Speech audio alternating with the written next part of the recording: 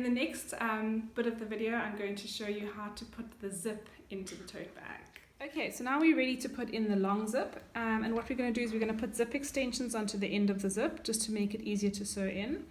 Now you can see that the end of the zip here is more than 1 centimeter.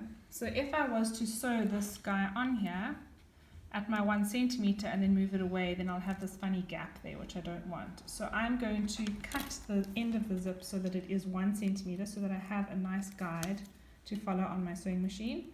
So from the metal point, I'm marking the 1 centimeter and I'm going to cut that off so that now my seam allowance on the zip is 1 centimeter.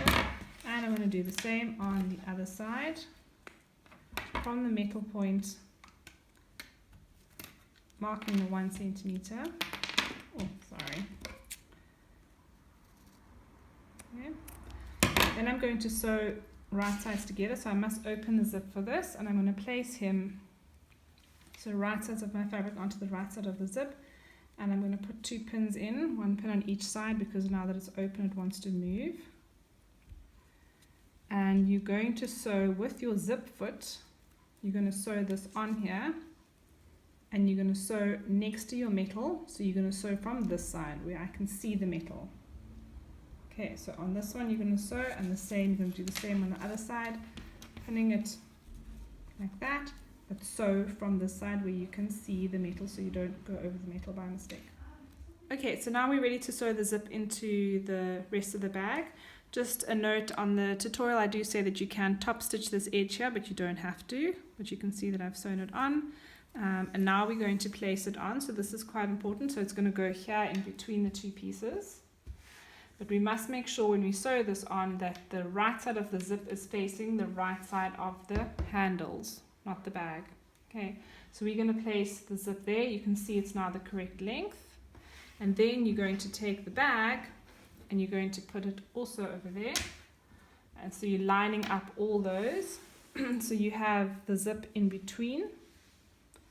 And you're going to pin these layers together and you're going to sew using your zip foot on your 1 centimeter. Okay, so now I've sewn the zip onto the one side of the bag. Everybody always gets a fright, they think that this is wrong, but it's actually right.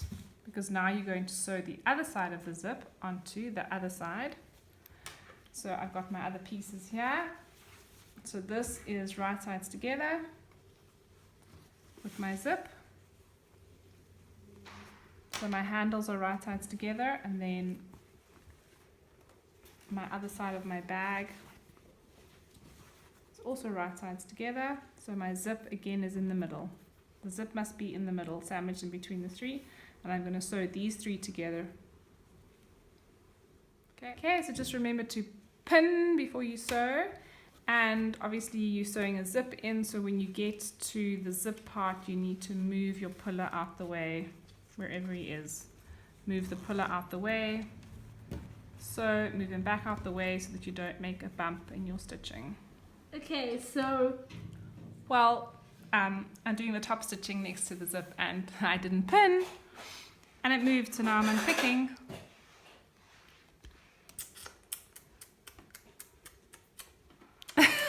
dang. So to stop the fabric from moving before you do your top stitch next to your zip, you must pin your fabric so that nothing moves.